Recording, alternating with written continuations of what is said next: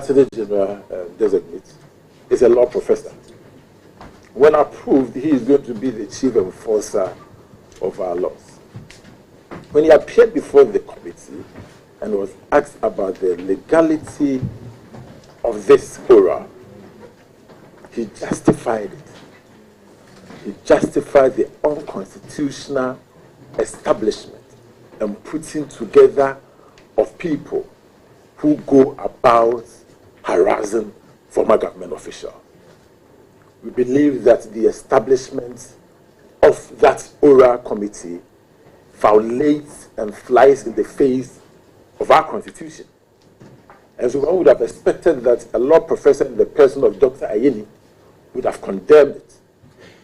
But rather, he justified it. Now his justification is now putting the work of the police CID, IOCO, and special prosecutor, and constitutionally established bodies out of business.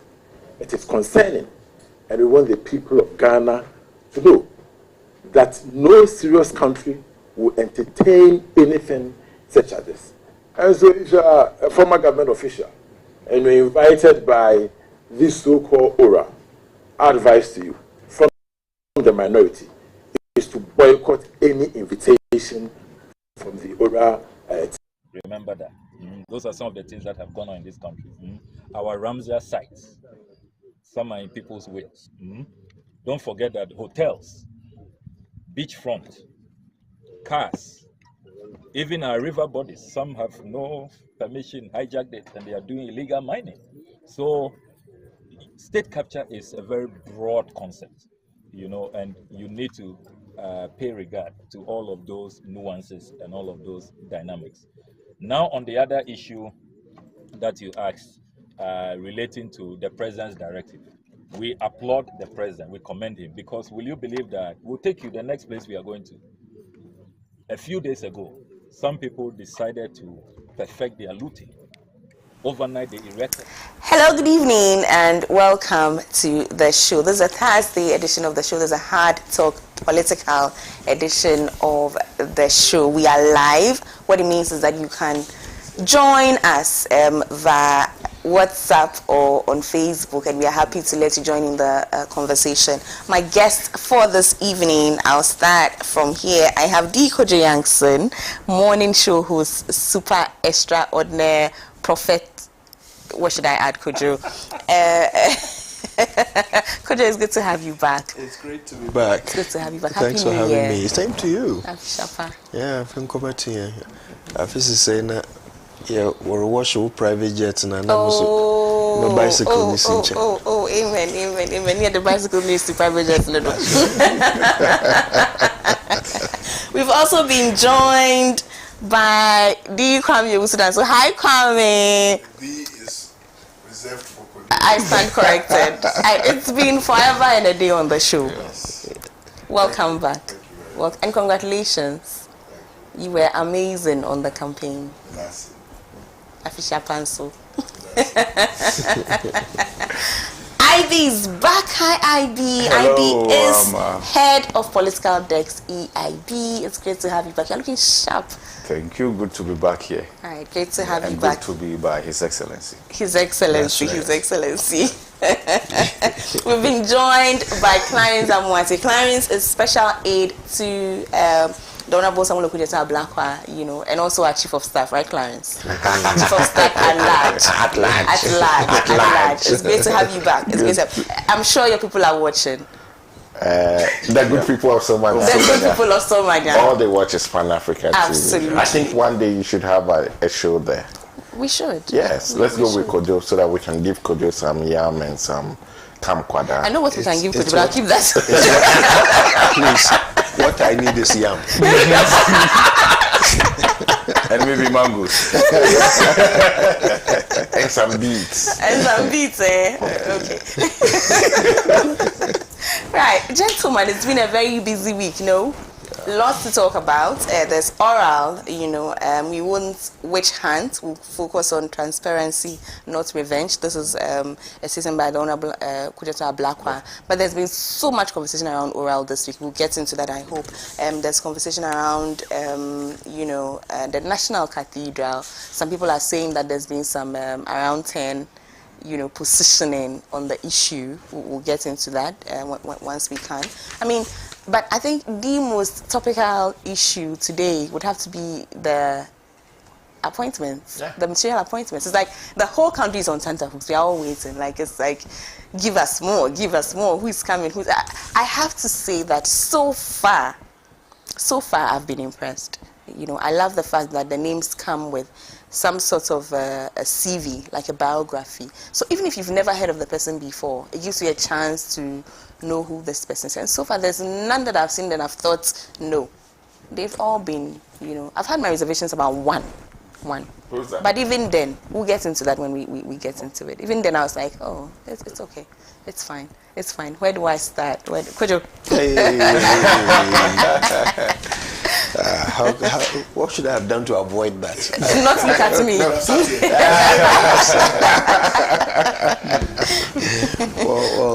Thank you, Amma, and it's always a privilege to be on the couch. It's been a while, and I've been looking forward to today because, this particular issue of appointments is key. I'll tell you why. Because, look, the president still has some names to go, right? And it is important that he gets a very clear picture of how his choices so far have been received, so that he can make good choices going forward, even better than the good choices that you can see amongst his choices so far. So this is important. I've been looking forward to having this opportunity. The first thing I'll say is that there is a lot more good than bad in the choices that he has made. A lot more good than bad. He has an advantage. He's got quite a decent pool of people to choose from for any of these portfolios. He does have some competent people in his camp, or at the very least experienced people in his camp, and that is key. He has 4 years to deliver a mandate that is uphill all the way. So the last thing he needs is someone who can pull his or her weight. Luckily, he has no excuse for putting incompetent people in any of these positions, because there are more than enough competent people. The first three choices, Ato Forson, John Jinapor, and Dominic Ayine, are all people with sufficient knowledge of the subject matter they've been asked to work on. In fact, I think when you take energy, John Jinapor might actually be the best person amongst the choices available to him. That might be the most competent person among his choices. So for that one, I would give him 100, over 100 for that choice of John Jinapor. Ato Forson, I can think of maybe two others who might have been better. But that doesn't mean that Ato Forson is a bad choice. He's clearly overqualified for the job, for all the work he's done on the finance committee in Parliament. He's also been a leader, in Parliament, a minority leader, and he was the deputy finance minister. So there's nothing new to him in this sector. Even if I think there might have been some two others who would have done a better job, doesn't matter. He is still more than capable of doing a great job now that he's been given, that he is to be given the opportunity.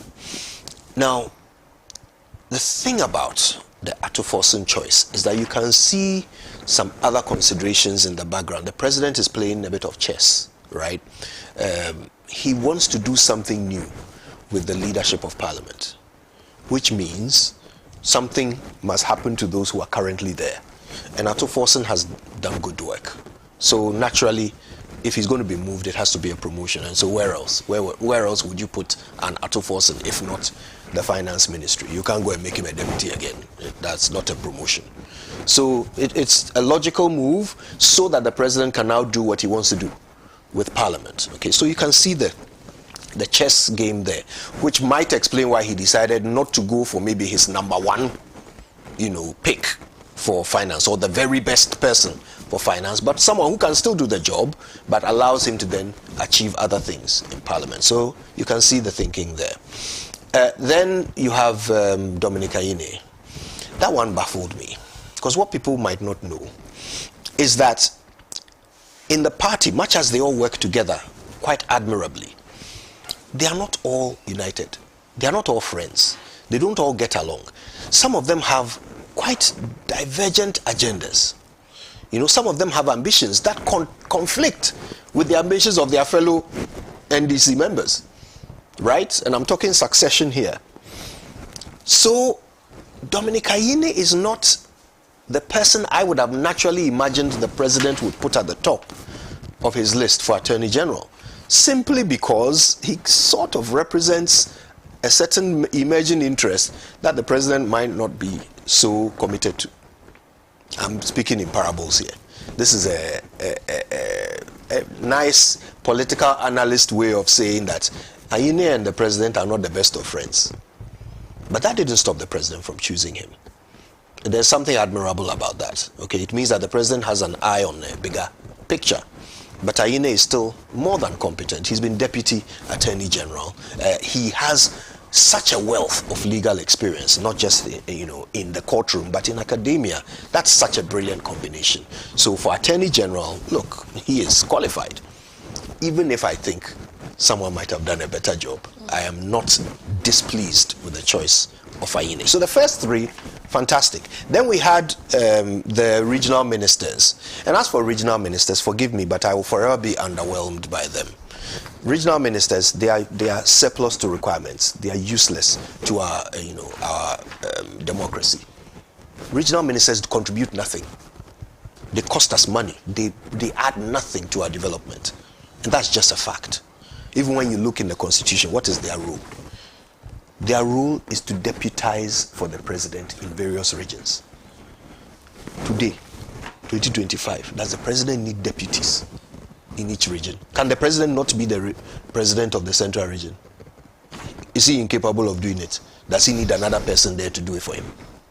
Is the president incapable of being the president of the Bunu region, the Volta region? Does he need someone to go and be the... We are decentralizing. No, that's not how you decentralize. We are decentralizing. You see, yes, well, they decentralize through the administrative units. The administrative unit is the district and municipal and metropolitan assemblies. Decentralized through them.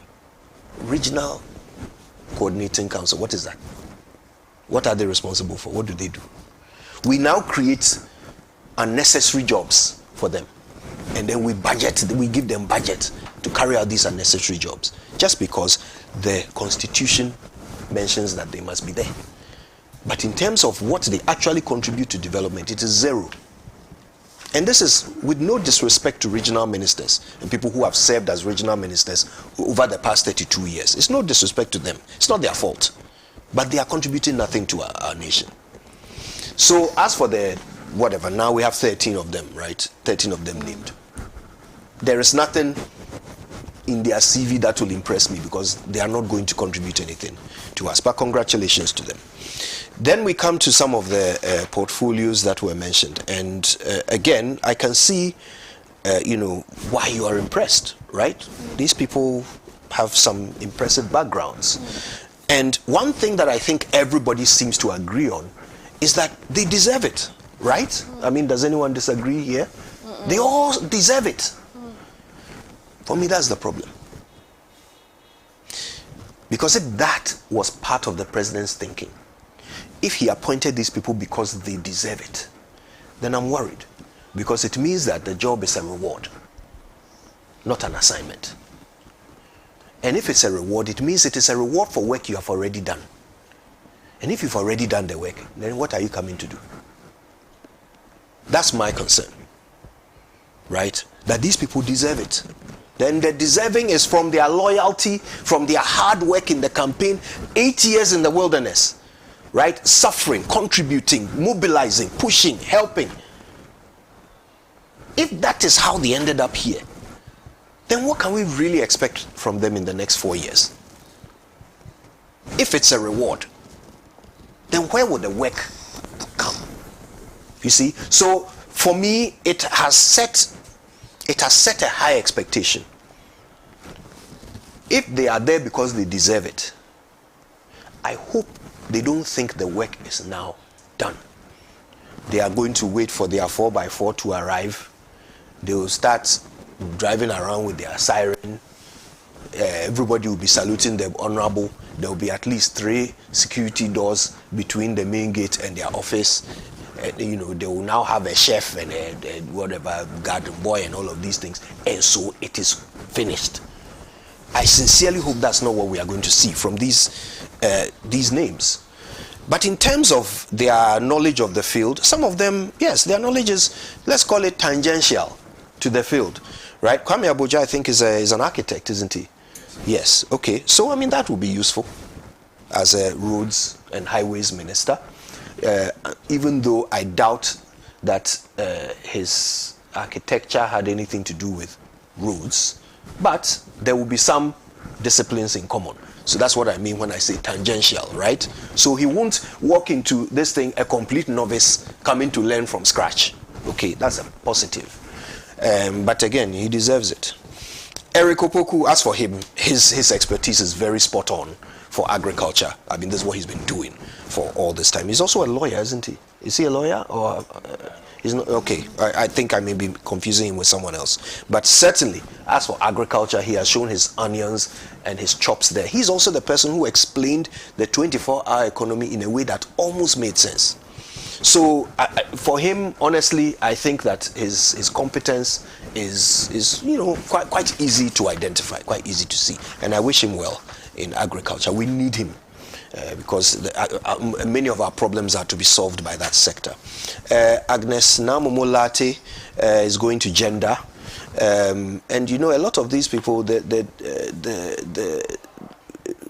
CV or the little paragraph about them says that they have experience in governance. Experience in governance and development. Governance and development. That's very generic. It's a generic way of saying that they are politicians. Yeah, politicians, right? Okay. Now, gender, children, and social protection. It's an area where all the issues that come up are sensitive issues, but it is hardly ever backed by resources commensurate to the size of the problem. Okay, so you need someone who can think outside the box, who can solve problems in the absence of the easy fix, which is money, right? And someone who actually can stand up for those who can't stand up for themselves. And Madame Latte is yet to be proven in that area. We will see how she does. We don't want to count her out even before she has started. She has. I've seen her in action. When we went to Parliament on the maternity leave bill, she impressed me, I have to say. So she's worked on policy, she's been active on gender issues. I've seen her in action. Where was she on the sanitary pads issue? It was on that we were in Parliament for that bill. It was part of the conversation. And she was part of very... the conversation.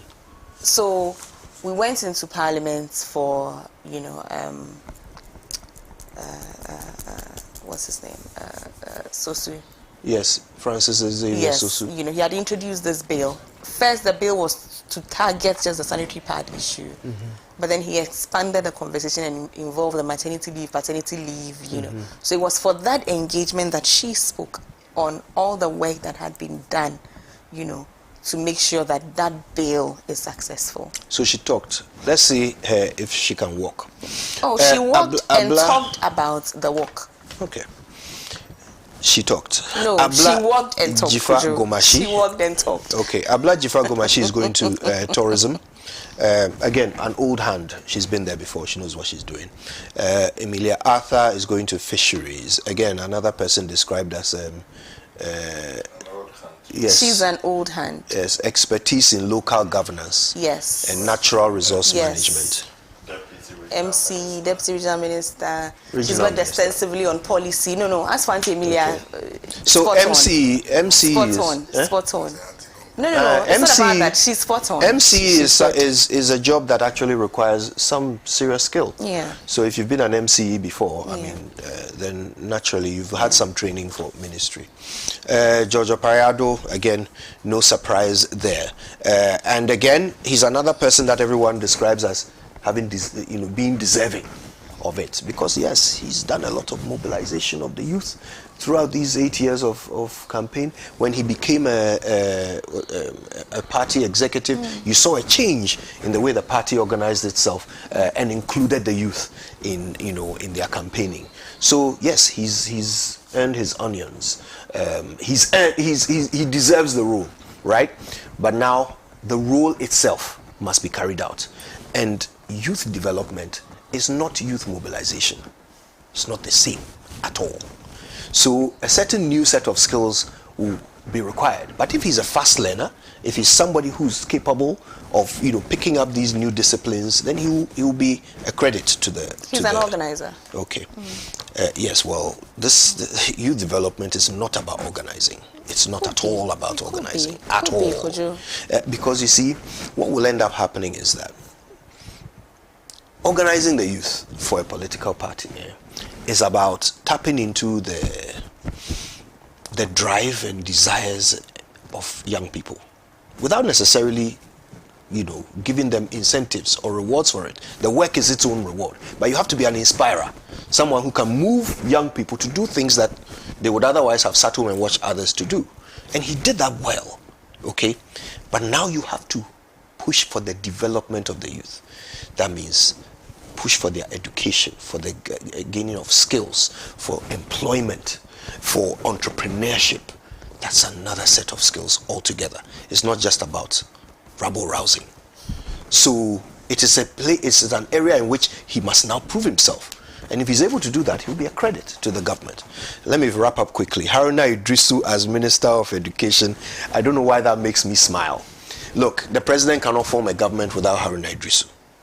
It's not possible. The guy practically won the North for the NDC, okay? But I think those who know are aware that Haruna Idrisu has ambitions beyond being a minister. He would very much like to be president one day. Now, to do that, you need to build a war chest. But he's not the only one who wants to be president. And the decisions about who becomes minister are being made by some people who either themselves might want to be president one day or are supporting others who will want to be president one day. So there are conflicting interests here.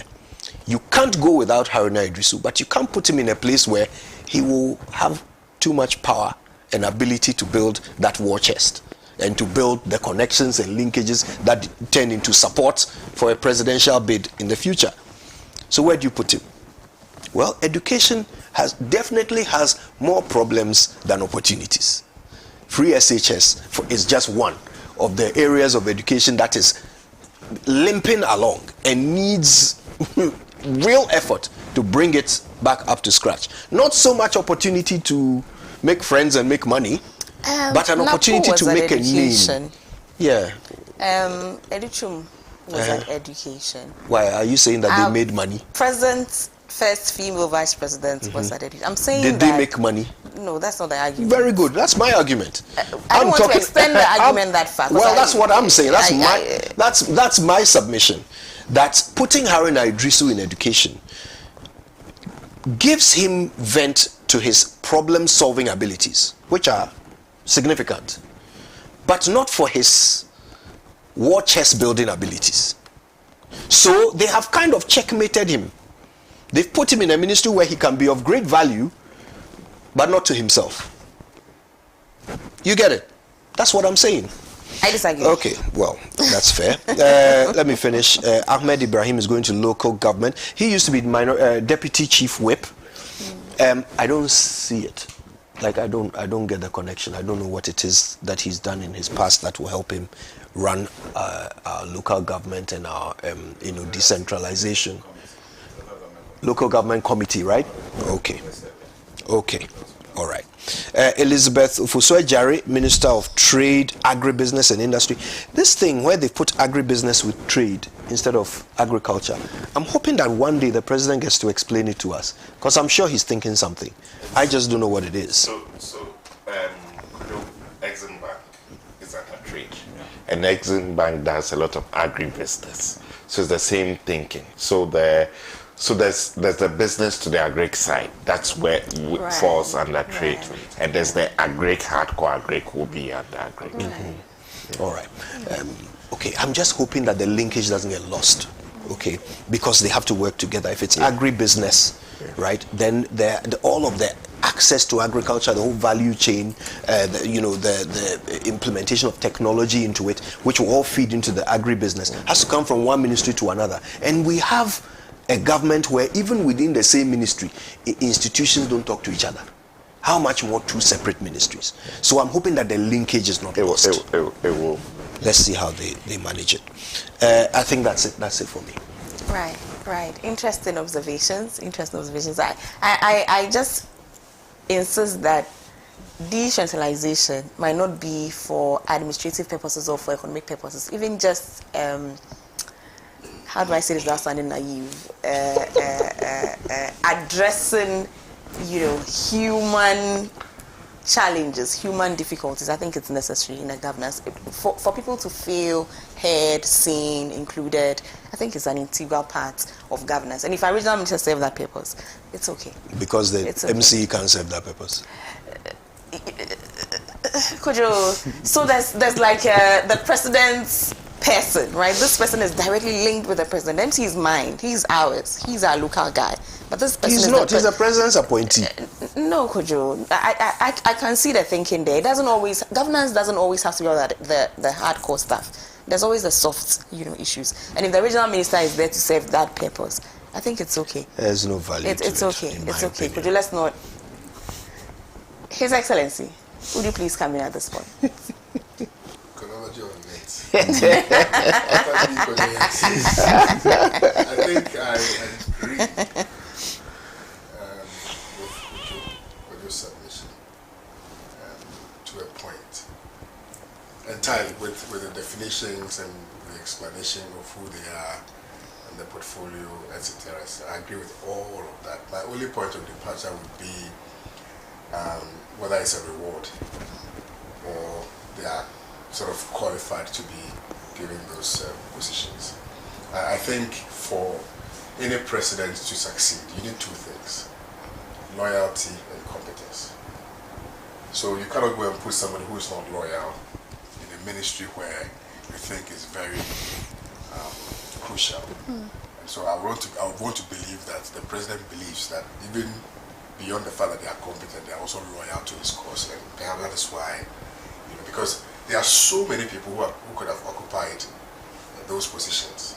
But I think that when he looked through them, he noticed that these guys are competent and loyal, and therefore let me give them, the appointment. My only concern, and I think it cuts across the board, is not only limited to the NDC, is how they conduct themselves when they are given ministerial positions. To be honest, governance is about representation. Governance is about inclusivity. Governance is about grassroots participation. Governance is about ensuring that the people that you serve feel served. It is not an avenue for you to go and lord over people. It is not a platform that should allow you to feel superior to any other person. Unfortunately, with my experience so far, it appears to me, and I hold this personal view, that most of these people that we assign these roles to, when they get there, they feel so superior, as if they are more human than the next person. If you are, for instance, a minister for education, you are working with people. Your doors must always be opened to people. If you are the minister for information, the minister for, now they have information, communication. Communication. If you are gender, if you are finance, if you are this, you must open your door to everybody. It's one of the reasons why I like Rwanda. Because in Rwanda, if you're a minister, your duty is to the people. At any material moment, if you deny people access to your office, you'll be removed. The president will tell you that you are there to serve the people, you are not there to serve yourself or to advance your own personal interests. And I believe that that is what we should try and encourage in our body politic. Once we do that, then the people that we put into these places will feel the need to advance the cause of the Ghanaian people. Anything apart from that, I find it, the first 3 nominations, again, I agree with Kulu 100%. Jinapor is best placed for the job. What's his name? Atufos Finance. I think he's been there. But there's a difference between rhetoric and actuality or actualization. Because then you will, a lot of the times when you are behind the wall, your description of what is within the wall is different. When you get into the wall, then you will now apprise yourself with what is in there, and then you will find out whether or not the comments that you made when you were behind the wall is what has to happen. So I just want to give him the benefit of the doubt. He has made some bold statements. He's made some crazy promises. I don't know whether he'll be able to achieve them. If he is able to achieve them, all the better. But I don't want him to be too overly ambitious, particularly when we have been told that the kitty is empty. Particularly when we have been told that the previous administration mismanaged the economy. Particularly when we have been told that the economy is not on a proper footing. So I would have proceeded with caution.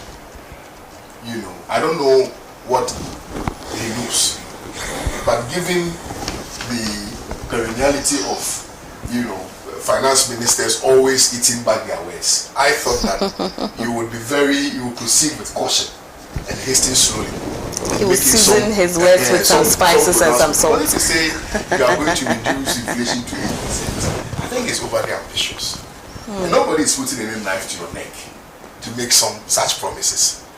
You see, what I think they should understand is that the good people of this country gave Mahama 57%, not by reason of necessarily the promises that he made, but by reason of the fact that people were just tired of the multiplicity of things which were exhibited by the Akufo-Addo administration. Of course, one of such includes how it's mismanaged the economy, but that is one of the very many things that he did. People even cite arrogance as the reason why they voted against the Akufo-Addo. So it is not on the basis of one singular action or inaction of government, which is why they were voted out. Multiplicity of factors.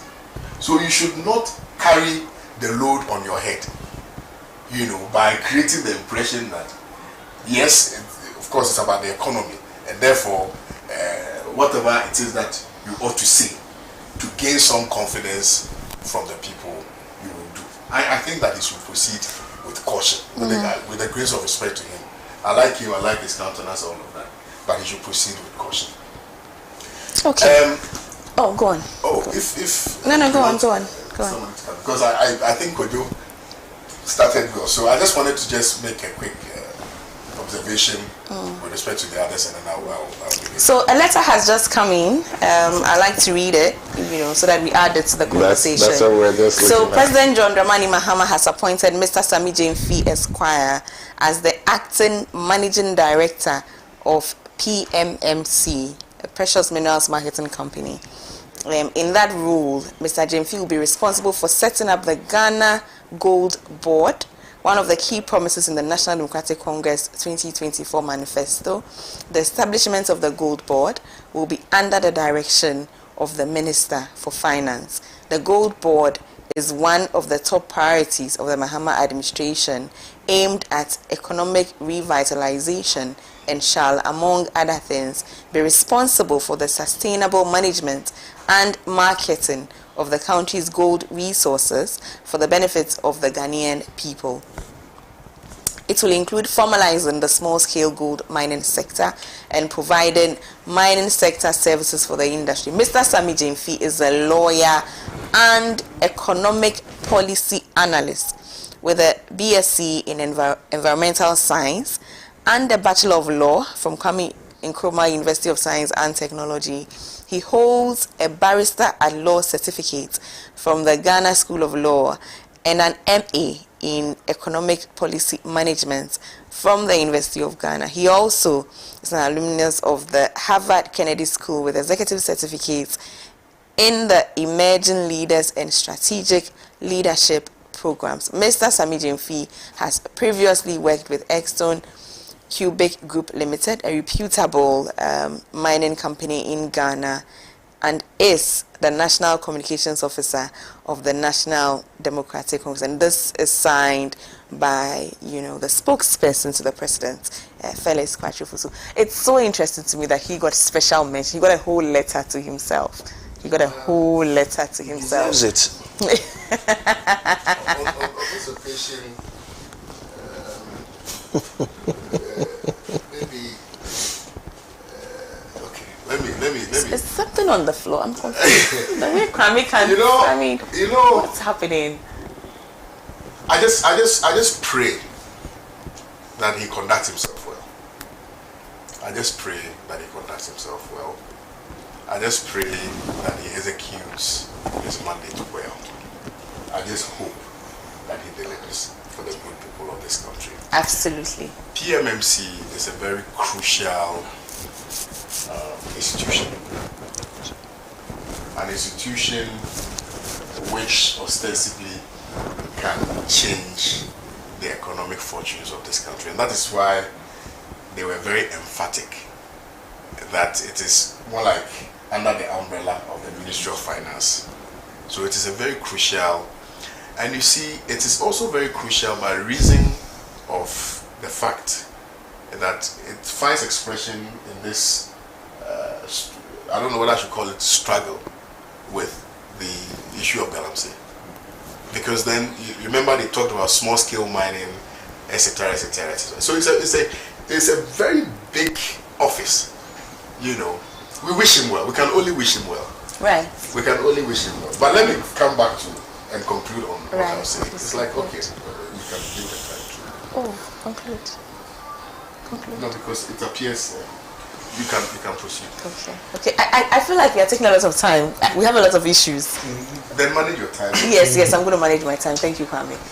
Ivy. Well, so a number of things in these appointments will jump at you.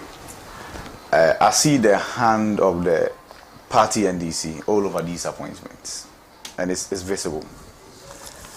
I see many party executives also progressing to join the executive. I don't know whether the party has a plan, because the party must equally run. So we just added another one, with Sammi Gyamfi's elevation. If you look at the regional ministers, designates, many of them are party executives as well. Yes. All right. The youth ministry that was created was for a purpose. In fact, the party had a youth manifesto, so I'm not sure Parado will have a problem with policy at all. All he needs to do is to implement the party's youth manifesto.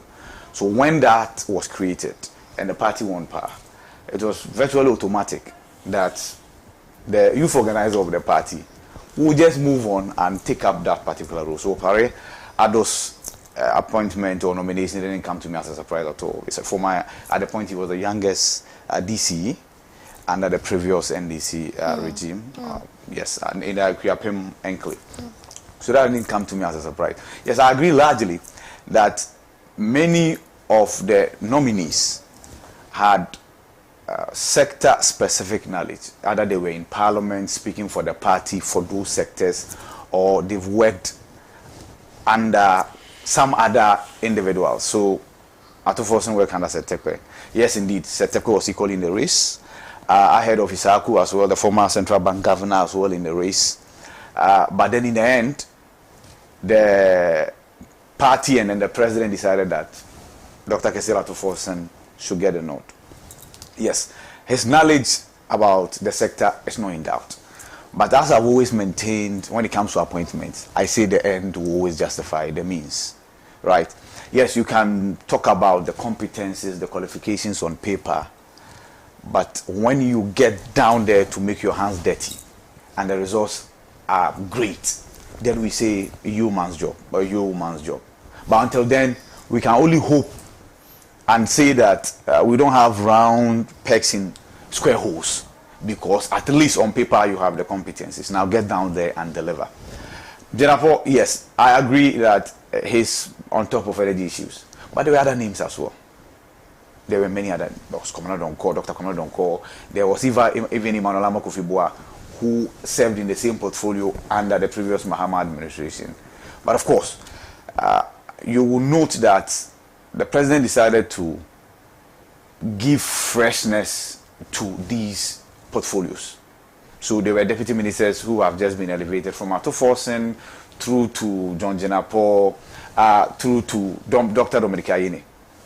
Now, yes, they were all elevated. Now, you look at Dr. Dominic Ayine and you say that he, together with just about 3 portfolios, will define how President Mahama's administration will be. There are many people who have swallowed hook, line, and sinker every promise relative to oral. And they think if the president gets it right or the NDC administration gets it right, they are okay. And that will definitely fall on the shoulders of Dr. Dominic Ayine as an AG. The AG. Now the party wants to set up regional tribunals. It's in the manifesto. By the way, it is not unconstitutional. It's actually in the constitution, which is different from your conventional judicial system that we have known. The regional tribunal is the same as the High Court, right? Now, he will oversee all those things. And so many are wondering, okay, so if the conventional court system or the judicial system has not been helpful to the NDC, because as we sit here, Ama, I cannot point to any former NPP official that has been successfully prosecuted and then convicted. Not a single one. And so, yes, it's the reason why Rawlings was not so happy with Atamils. He felt he delayed, he had a father for all posture and what have you. But when you speak to people, they really want to see something different relative to how the story has been.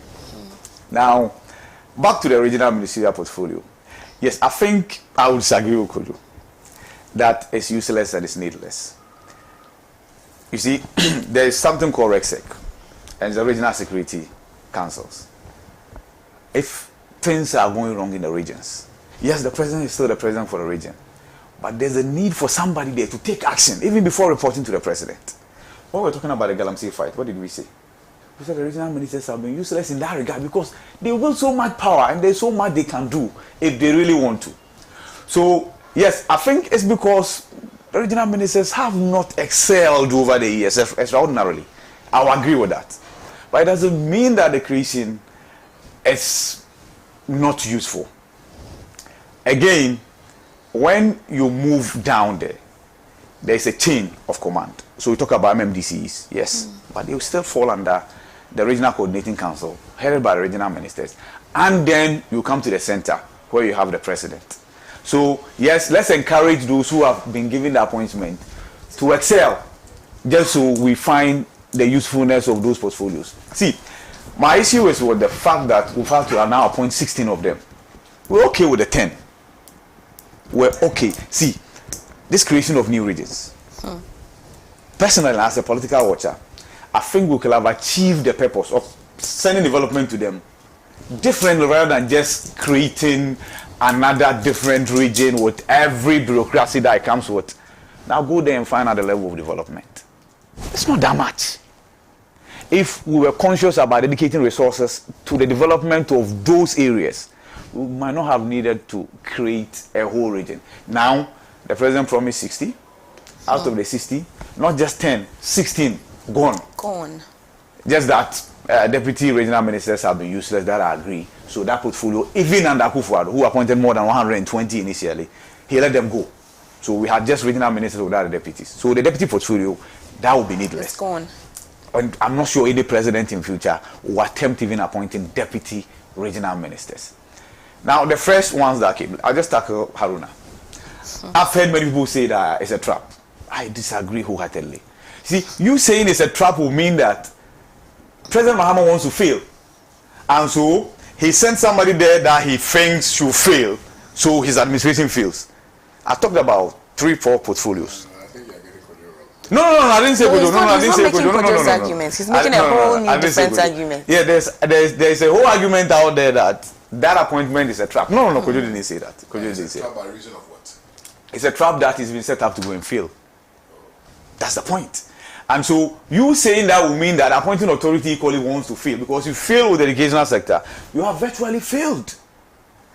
And there's a reason why, even though government said, the previous administration said over 5 million students benefited from free SHS, but when they turned up to vote, they didn't vote for them because the challenges were many, to the extent that the challenges overrode all the benefit that the MPP could get from the implementation of the free SHS. So therefore, you need a doer. Yes, Haruna, his name was attached with 3 portfolios: defense, roads, and then even at a point, lands and natural resources. I never heard him for education. So never thought he could go to that's an unconventional appointment. Yeah. See, almost all the appointments, with exception of probably the Trade Ministry, stuck to script. Ibrahim Ahmed, from day one, I knew that he was going to local government ministry, right? Governor Kwame Abuja, given how much he has served on the committee for roads and transport as ranking member, as minority spokesperson, and the fact that he has architectural background and he's a sector player, it didn't come to me as a surprise at all that he's been given that roads and highways portfolio. However, education for Haruna came to me as a surprise. But you see, education, now you have the technocrat doing all the thinking for you. You need a manager. You need somebody who is assertive. And if you find that in Haruna Idrisu, so be it. So far, I've heard Kofi Asare say that he's received a call from him, directly calling him. And I'm talking about Africa Education Watch, the executive director, Kofi Asare. That's a good note upon which a minister that has been nominated today is starting his work. And so if he gets it right, yes, it might not come with the resources, but trust me, the social capital, the connections and the links, sometimes the money might not just be there today. At the point we all saw Dr. Yoiduchum campaign vigorously to be running mate, right? At the point the campaign of the MPP fell on his lap. Last 2 months or so of the campaign, he virtually took it up, selling the educational policies, the educational stories, the success stories, thinking that at least that could aid the campaign. Of course, that didn't happen. So like I said, Haruna might not find the money pot there, but if he works on the links and the connections, it will come in handy in future. From what we gather, Haruna might not just start to be a flag bearer. You always start from somewhere. And if what we are gathering is anything to go by relative to the succession plan, right, then Haruna might play a supporting role. The other names that you are hearing, when that time comes, those names will realize that the ticket, not just the individual, the ticket has become more fortified than they could imagine. So, for speaking in parables, you think if it's about a chess game, this chess game is in Harun's favor? It is. Right. I mean, so there's and I hate that we do rumor mongering here. I don't like that. I like us to only speak to fact. But there's conversation around this is about there's no watchers there. I get a little because both Jinapor and Edichum were rumored to have. You know what I'm saying? Yeah. Deep pockets. So is it the case that they take people with deep pockets to the ministry?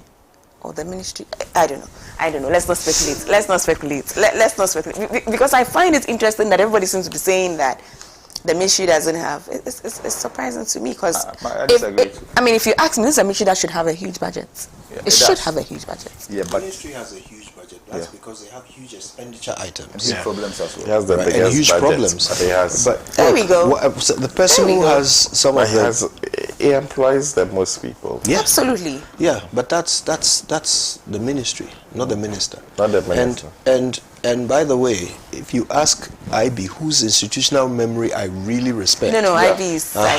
If you ask him, he will tell you that Educhum didn't make money at the education Please, ministry. I haven't said that. I know. I didn't say you not said said that. that. I didn't say you said that. I'm saying that if you ask IB, he will tell you that Educhum didn't make money there.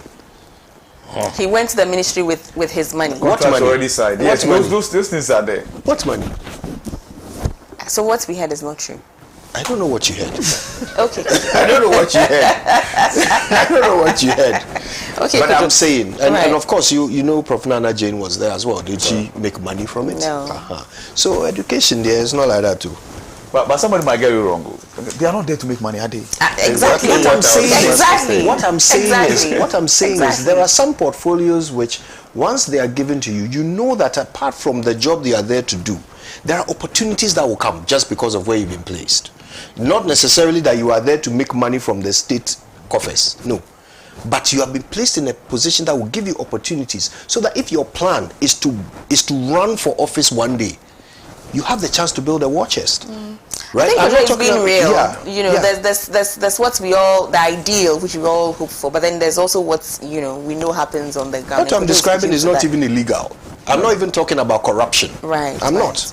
I'm just talking about the fact that when you are placed in certain positions, it comes with connections and links and opportunities that help you build a war chest. War chest is what? It's funds, fundraising for running for office. It's not becoming personally wealthy.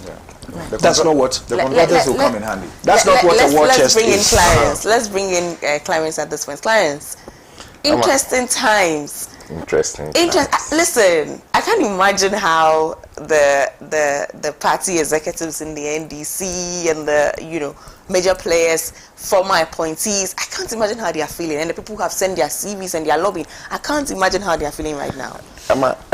And the whole country, I mean, yes, every minute you find me just going to Felix's page, just refreshing. I mean, that's the most active Facebook account page in the history of account pages in Ghana. Texting him, honorable, nothing today. I mean, it's the whole country. We're all expectant. I mean, it's interesting because we're looking at the numbers and we are just opposing the numbers against the promise that you're going to do 60 ministers. You have 180 plus members of parliament. You have 6 million plus people who voted for you. You have over 1,000 CVs on your table. Now, who makes the 60? It's interesting. It's interesting. And I'm excited about the women who have been named so far. I'm excited about Honorable Emiliata, MP for Shama. I'm excited. Fantastic woman. I think she would deliver. I'm excited about Honorable Ablaji Fagomachi. Hey, please, did you hear the tone in which he said the name? Creative Arts and Tourism. Mamaga herself. Yeah, Mamaga. I think that's also a very important sector where I'm excited about Dr. Momo Latte Magnus. Gender. I'm excited about Rita Wate, Eastern Regional Minister. I'm excited about Elizabeth Ofosojari, Minister for Trade and Agribusiness. I think she'll do a fantastic job. MP, lawyer, accomplished woman, former Minister of Tourism. I think she'll do a fantastic work. Linda Oklu, Greater Accra Regional Minister. Greater Accra Regional Minister. And tough woman. Oh, yes. Tough woman. Oh, yes. Tough woman. Yes. She doesn't care who you are. When you come close to her during the primaries, she will deal with you. Male or female, she will deal with you. Tough woman. And I think we'll see the what we need in Greater Accra is somebody who can take decisions and stand by the decisions. Not somebody who will start and 2 weeks down the line will stop. No, we need, and I think Linda Oklu will do. So I'm excited about the ladies and we're expecting more women. Last week, when we're ending the show, I gave you my wish list. So far, I mean, not a lotto forecaster, but those I think that are dropping into the book. I still have a few more, and we're hoping that when the final list comes out, we will see my last selections in. We are waiting. We are waiting.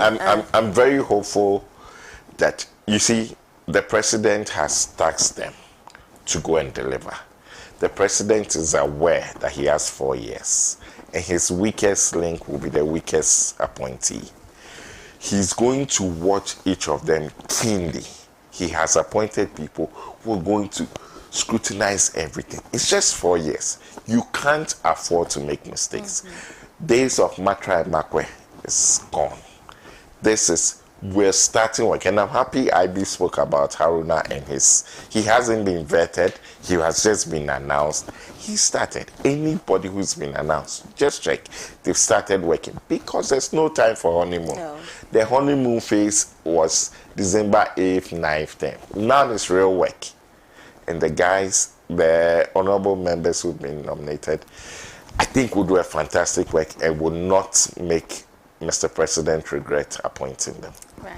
Absolutely. Things we love to hear. Can we quickly move on to oral and everything that's happening with oral? So, I mean, it was here that we sat and had this conversation, and I had an argument with Kojo, insisting that one of many arguments. If only viewers could see the ones we have not on screen. So, I mean, for me, the point was that their mandate was to sort of gather information and hand it over to the AG, which then meant that as soon as the AG was named, the AG can't start working because he hasn't gone through vetting yet. However, he hasn't been. Thank you for the correction. Absolutely. So perhaps let's wait till the AG. So I think there's a lot of misconceptions about the oral. What oral was a committee set to gather information. I know I have privileged information that the committee is putting together its report and would hand the report over to the president, who appointed them. The president would in turn hand it over to the AG. So this committee at this phase is not witch hunting, is not doing, it's just in information gathering phase. And there are a lot of people who sent information. What the committee is doing is just verifying the information, putting together their report, whatever they have received, they're putting it together in a report to present it to the person who appointed them. That's all they are doing. Right. Yes. Right. I'll come to you, Kojo. I'll come to you, Kojo. Right. Okay. I'll come to you, Kojo, on this oral one. Kojo looks surprised. No, we have had arguments about the oral from the beginning. We've had, and I was going to do that until I saw your face. I was like, oh, Kojo wants to talk. Yes. Oh, well, she wants to listen. Kojo, let's hear you. Do you feel vindicated with the accusations that are being thrown at oral today? Do you feel that your earlier position is kind of playing out just the way you thought it would? No. You see, the thing is, I want oral to work. Okay. Oral, and by the way, oral was a campaign promise. Yeah. Operation Recover All Loot. At the time the promise was made, we weren't given so much detail about how it will be executed. All we knew was that the president has prioritized the recovery of loot. And boy, there has been loot. So, just on general principle, I wanted that thing to work. I need it to work, right? We need to recover the loot. I started getting concerned when John Mahama appointed 5 people, and not just any 5 people. You see, he didn't just set up a call center and say, here's a phone number. If you have information about corruption, call this number and we will get these accusations investigated. He didn't say that. No. He said, I'm putting Ukuyetua Blakwa, Domelevu, Kofi Boache, Raymond Archer, and Martin Pebu together. Right? Like a group of corruption avengers. to just The Planeteers. to just run a call center? Really? I mean, I want you to think about it, right? Look at the caliber and the background of these 5 people. Raymond Archer is one of the best investigative journalists we've had in Ghana. Martin Kpebu has changed the course of Ghana law with some of the issues he's taken to the Supreme Court. Some of the matters that he has prosecuted, even in public discourse, have changed the course of this nation. He has led demonstrations in Ghana. Kofi Boache's reputation. Look, I'm Robert's fear that guy. You know that. Domelevo, the most successful auditor general in the history of Ghana. And Samuel Okudzeto Ablakwa, at some point, he was literally the only thing about parliament that worked. Look at the 5 people that the president put together at a call center. Does that, because that's what you say. What you say is that they are gathering information, right? That he put together a team to just gather information. People should come and give them information. And by the way, in a minute, I'll show you why that's not what they are doing. But anyway, let's just go along with the premise, what we keep being told. That oral is in phases. There's the information gathering phase, there will be the prosecution and the recovery phase. Okay. So it's in phases. Okay. So we is are just talking about the phase. current phase. Yes. Very good. This current phase is made up of these 5 giants gathering information. Right? That's the mandate we are told they were given. They'll sit in wherever, their office or whatever, and they'll be given information. Based on the information they are given, they'll then create a report, which they will go and give to the person who appointed them. Right? And by the way, it wasn't the president who appointed them. It was John Mahama who appointed them. He wasn't president at the time. You have to understand what that means. It means that he didn't appoint them with any presidential mandate. He appointed them as the leader of the NDC. That's the mandate which he appointed them. Let's bear that in mind. It's important.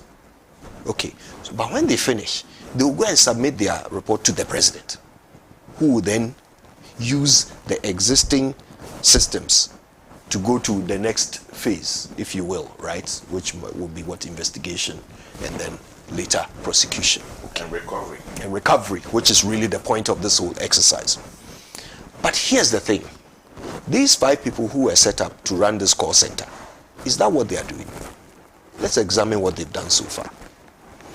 People have brought a lot of information to them, but they haven't just gathered the information into a report to present to the president or to John Mahama or whoever he will be on the day they go and give it to him. They have also put information out into the public domain. They have said things to us. Was that part of their mandate? When Martin Kpebu went on TV to tell us that Ablakwa says somebody says that he will return land. Was that part of their mandate? Was that part of the information gathering? The person then came out to deny it. Now, whether in this particular instance of the person who came out to deny, whether the person was lying or not, it immediately shows that there is a potential for abuse of this position. Today it is this NIB former boss. Tomorrow it might be someone else whose name is suddenly thrown out there. That this person too says that he was given something and he's returning it. Or this person too says that he doesn't want to be investigated. It could happen. Now the reason why it could happen is because of how this team was set up. And the lack. Let him chip in. Just 1 minute. He came to deny through his lawyers. That same evening, the chairman of the oral committee put out the facts. You see, what bothers me is that we think that is a good thing. But that's It's not. not. That let's not end It's at the not. denial part. It's because not. somebody who hasn't seen that will think that he denied and it was left. It doesn't That's not matter. even his point. It doesn't That's matter. not The even point his is, the point is, we are now debating in public. We are now debating in public information that was given to us by an organization that was mandated to gather information and go and give a report to the president. That is the point. It's not about how many denials and counter denials have come out. In fact, the more the worse. The more the worse, because in all truth, we shouldn't be having these conversations. A person has not been convicted of anything. He's not even been charged with anything. He's not been investigated for anything. But a certain group made up of people whose names are so hefty that when they say things, we believe them, have come out to say that this person has done something bad. And we believe them. Somebody created that situation. And that person was President Mahama, even before he became president. So what I'm saying is, there were better ways to do this. President Mahama, you insist that you are a much better option. And people believe you. That's why they voted for you. Over 6 million people. They believe you are a better option. They believe that you can run these state institutions better than any other person has in the past. They believe that you, as president, can make better use of these systems than any other president in the past. So prove them right. Come and use those institutions. Allow him to prove them right. He's not doing that with these 5 Avengers. And then Kwame can come in. Ivy, let me hear your take on this. The last time we were here, we talked about this. And I had mentioned that I see this whole committee as a family head who decided to assemble his children and provide them with a task that gather information for me. When you are done, give those here back to me. And could you raise issue about, yes, denigrating people, maligning people? Issues will come out in the public. And I had mentioned that, that's why the law courts are there. If you defame anybody, the person can take you on. Wow. Yes, so I see nothing wrong with the setup. However, I disagree with the decision to visit site. They call it site validation with cameras. I disagree. Because names were mentioned into the cameras that were there. And you have to indicate why you are here and who bought this land, the reason why it has become a subject of information gathering by oral. If the committee could have done without that, that would have been helpful.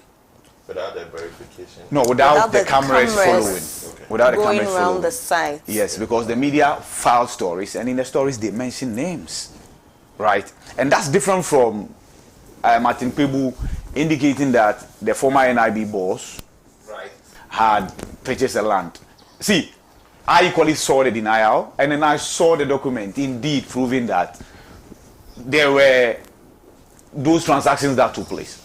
As to whether it was genuine, legitimate or not. I'm so sorry to do this, but because you're also mentioning the counter denial and the documents that were brought, let me ask something. Was there anything in the document that said that the land was acquired illegally? No. Was there anything in the document that said that the man was returning the land? Okay, so here's the thing. Was there? No. So what did the documents prove? Okay, so here's the thing.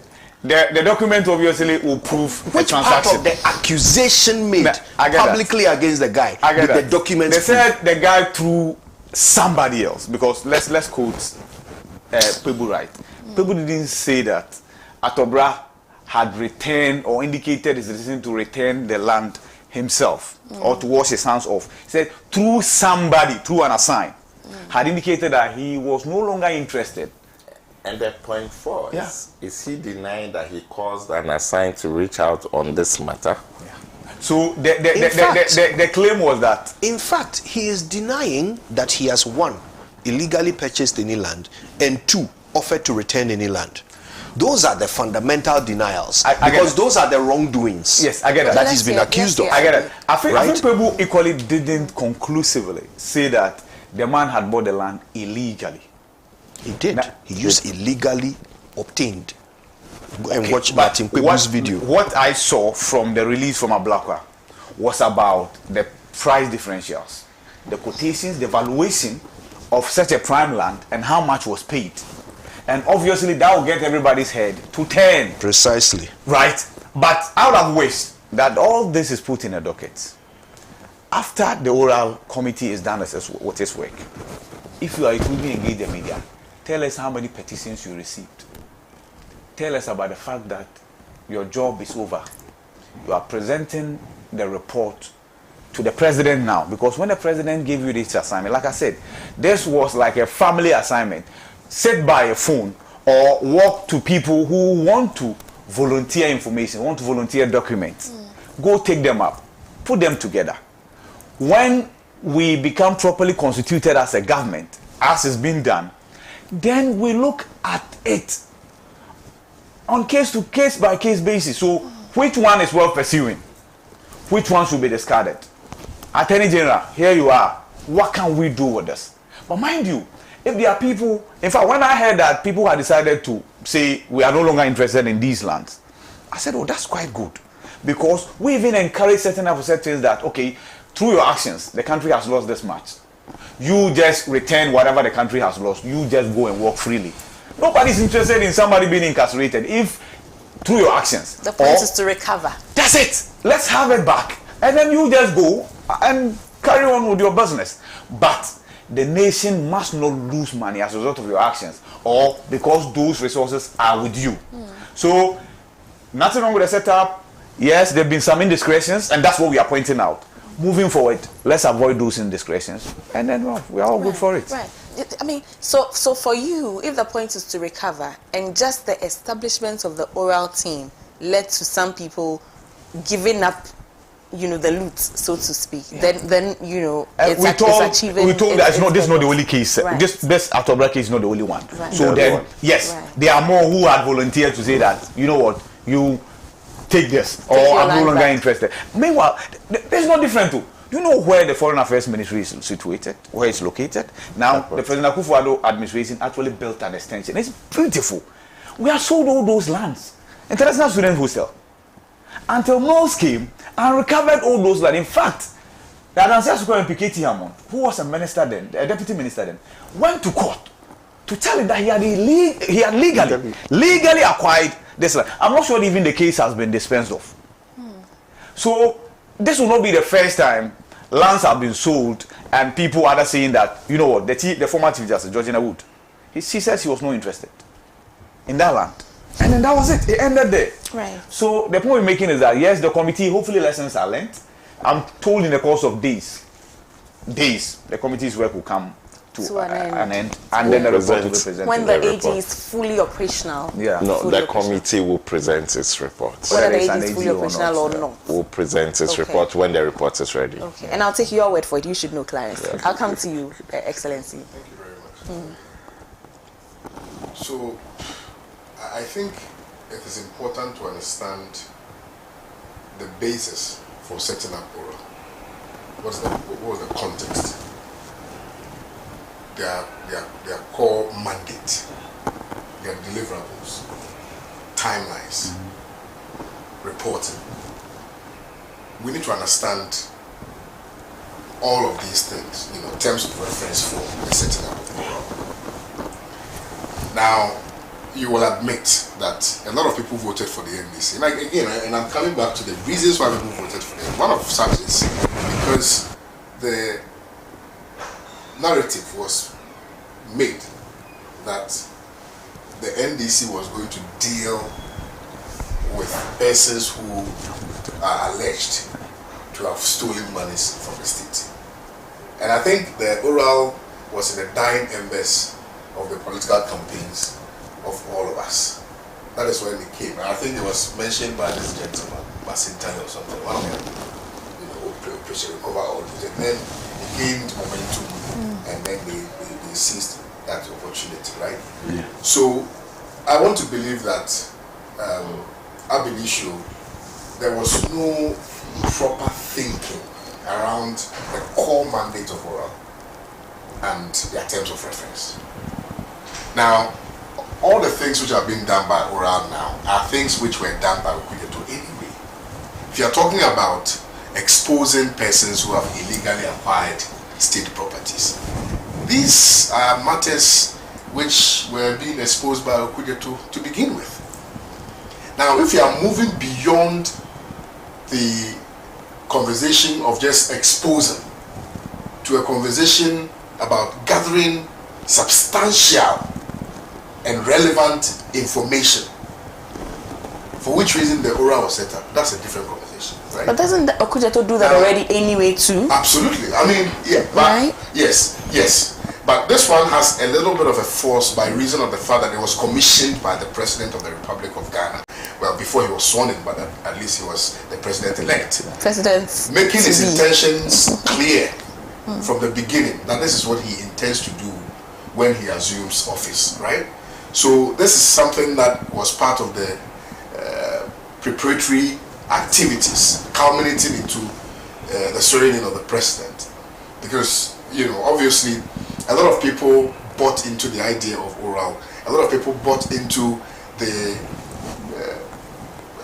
I don't want to use assumption or impression, but the allegations of persons having stolen money in the Akufo-Addo administration. And therefore, of course, what a nice opportunity to set up this committee too. And because Okujeto was already in the business, I mean, it stands to reason that he would be the one to front it, right? But I think that gathering of information, yes, is crucial. Interrogating perhaps the persons who are alleged to have been involved in such acts, important, all right? Writing a report, but briefing the media maybe weekly or daily, brilliant. That would have been perfect. That you have, you know, a situation where Oral will say that we are briefing the media maybe every week, or we are updating the good people of Ghana every week on what we have been able to do so far. You understand? That would have been perfect for me. Now, if you move beyond that to now take cameras to visit sites and making unsubstantiated allegations, because you see, there's a difference between evidence leading to a crime having been committed and evidence of allegation. I don't know if you understand what I'm saying. You are just using using evidence available to you to allege that somebody has committed an offense, but that evidence may not necessarily lead to the conclusion that the person has indeed committed the offense. So what you are doing right now is that you are denigrating people. You're denigrating people. You know, you are making people very uncomfortable. You are exposing people without any basis, because these are mere allegations, and allegations until proven remain allegations. Now, what is the intended purpose of oral? Is it to expose people? Is it to expose people for allegedly having been involved in the procurement of state properties, or it is intended to get information and forward same to the Attorney General or the institutions mandated to prosecute such matters, so that they can use that evidence to prosecute those matters? I mean, I'm asking basic questions. If it is just to expose people and to disgrace people, then yeah, they are doing a very good job. You know, I'm confused though. I'm really confused. No, but if you take a camera, Yes. and you invite the media, Yes. and you go to NDA, Yes. and then you go and say that yes, some people have come to acquire the land, faceless private people, this, that. So let me come in here. I'm really confused, right? And this is my confusion. This is my serious confusion. Everything that Oral is doing, including naming, is something Okujeto has been doing already. Yes. Right? Including naming people that, Yes. you know. Yes. Now, I think the only issue here is the fact that now, because of the involvement of the president, Yeah. it takes on, I think this is what confuses the whole thing, right? That's what confuses the whole thing. If it's about taking information, researching information, investigating information, naming, these are things he's been doing already, and we've never had an issue with it. Parliament. Hold on. With We've never oversight had an issue with it. We've never had an issue with any of the things that he's been With doing. respect, with that, you should ask yourself why he was doing them. Why? What did he use those informations for? Well, some of them ended up in trash. Absolutely. So there was an end game in respect of that particular Is that not process. the same thing, though? So what is the end game here? Is the information not going to end up with the agent? Now, I'm confused. It's not the same thing, though. All right. So the only difficulty here is the fact that now it seems as though he himself has some teeth to bite. Isn't that what the problem is? It's not about that. You are obfuscating the facts. What I'm saying is that what are the terms of reference for Oral? As for Kujetu as an independent person, he has, the backing of course, I mean, he's a member of parliament. He can even raise questions in parliament, he can invite people to parliament, he can do all manner of things, right? Now, the Oral that was set up for the purposes of doing the exact same thing he was doing, right? First of all, has been questioned because what they are seeking to do does not have legal backing. That's a fact. Now, the argument has been, and I've heard Dafiamepo advance same. I've heard Mahama Yariga advance same. I've heard the AG Dominica Yini also advance same. That he is proceeding on the assumption that the preamble of the Constitution enjoins every Ghanaian, okay, to sort of expose wrongdoing. Yeah. Fantastic, wrongdoing. Now, Mahama Yariga also corroborates that by saying that, there's even, if you see something, say something. Yeah. Then Martin Kwebu makes reference to, I think, section at 720 or something like that, right? To sort of give some backing to the action of Oral. Do you understand what I'm saying? The question then becomes, what is Oral what was it set up to achieve? If it is just for the purposes of gathering information and forwarding same to the institutions that are mandated to investigate those matters, that is fine by me. Now that also means that, or would mean that you are not supposed to be carrying cameras and following people and exposing people. Do you understand? Because you see, you are not guilty. Who have they exposed? No, you are innocent until proven guilty. But who have they exposed? They've not exposed anybody. No, if you, for instance, I heard Dafiamepo today. He's not a member of the committee. Let's use the members of the committee. I am questioning. Yes. So you said you are happy that they have picked cameras. Yeah. And then they are following. So the NDA that they went, what was it? They went to look. So this is what Kwame said. Kwame said he would be happy if once a while they call the media and brief them. And then if they have called the media, and says, look, this is what we're doing. We're going to do validation. Somebody has brought this report. We're going to see. Let's go and see. Isn't it the same as calling the media? They don't mention any name. Whose name did they mention? What I'm saying is that all the sites they went, they didn't mention any name. Can I chip in something really quickly? Yes. It's not going to take long. Let me read. Can I chip this yes, in really quickly? You can absolutely. But let me read this. Somebody said something I thought was interesting on Facebook. Joseph Kuju says, Oral was more like a deterrent. Because after the election, the MPP started looting and the NDC foot soldiers were acting in excess to retrieve the loot. So to him, what Oral then became was, hold on, don't misbehave, we got this, kind of. Makes sense. I'm not talking about any of that. I'm talking about the assembly of 5 people to man a call center. To receive information. When I say to man a call center, you think I'm joking, but really that's what it is. They are supposed to be receiving information. To receive information about corruption, about the looting of state assets, so that the loot can be recovered. Meboa. Okay. You can only recover loot. First of all, you can only call it loot if it was taken unlawfully. Yeah. You can only recover it if it was taken unlawfully. If someone buys state property, it's not unlawful. I hope we are all aware of that. We are all. But so if the value of this is 10 and you buy it as 1, it is still not unlawful. So it's not a crime to get a deal. But people have questions to answer. Yes, there are questions to answer. If I may, please proceed. If I may, if the thing cost 1 million cedis and I bought it for 10 cedis, I haven't committed a crime. However, I have raised suspicion.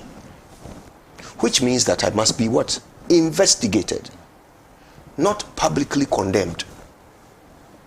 You see, when Okudzeto Ablakwa was doing his parliamentary oversight, he had the backing of Parliament. He had the coverage of Parliament.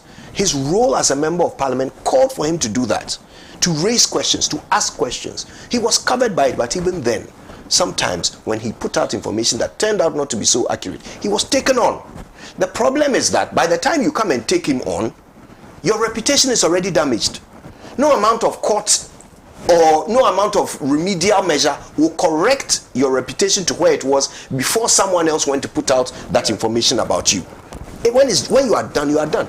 Are you not in Ghana? Do you not believe that some group came along and were going to take over the Dubois Center free of charge or whatever and make millions from it? Don't you all believe that? You believe it because you heard Okudzeto Ablakwa say it. But is it true? Okay. Is it true? Unfortunately, let's be clear. Even multimedia, when we are doing exposés and investigations, it's possible for us to get things wrong. And when we do, there are repercussions. And the repercussions are not just on us, but on the person whose reputation might be damaged by what we've done. Right. It's saying that, if somebody is falsely accused, they should go to court. By the time they go to court, the damage is done. I heard Domelovo saying that. I was shocked. Right? So this is what I'm saying. That look, there's a right way to do things. And it's a pity. The thing you are trying to do, we all want you to do it.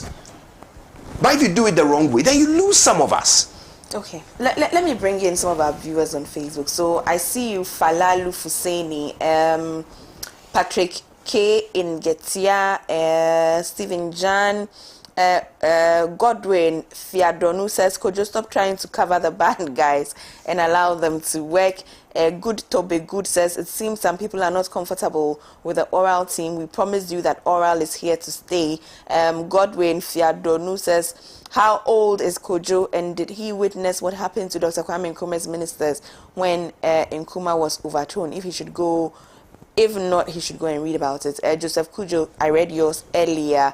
In Kani, you have an issue with Kwame's mic. We will check it. Jacob says, after they have stolen, what is uncomfortable about crime? I think that's what you're saying. Philip Abuchi says, good evening to everyone. I want to urge the oral team that they should ignore the micro-minority leader. Okudzeto and his team should remain focused. The PP guys should give us a break. His name is Abuchi Philip. I think I read that already.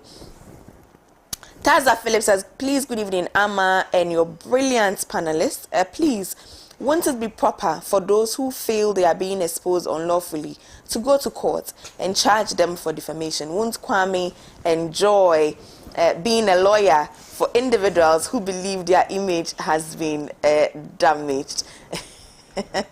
Joseph says, could you understand you, but the corruption is too much. Unfortunately, our time is up. This is the one time I wish I could do an extended program. This is the one time I really wish I could take more time, to discuss more. But this oral conversation is a huge one. It's a huge one. I got alarmed when I heard of the breaking of the walls. That's the one that alarmed me a little bit. Oral didn't break the walls. Oh, absolutely. So thank you, gentlemen. We didn't get into the cathedral. We didn't get into, the cathedral is closed, so we can't get inside.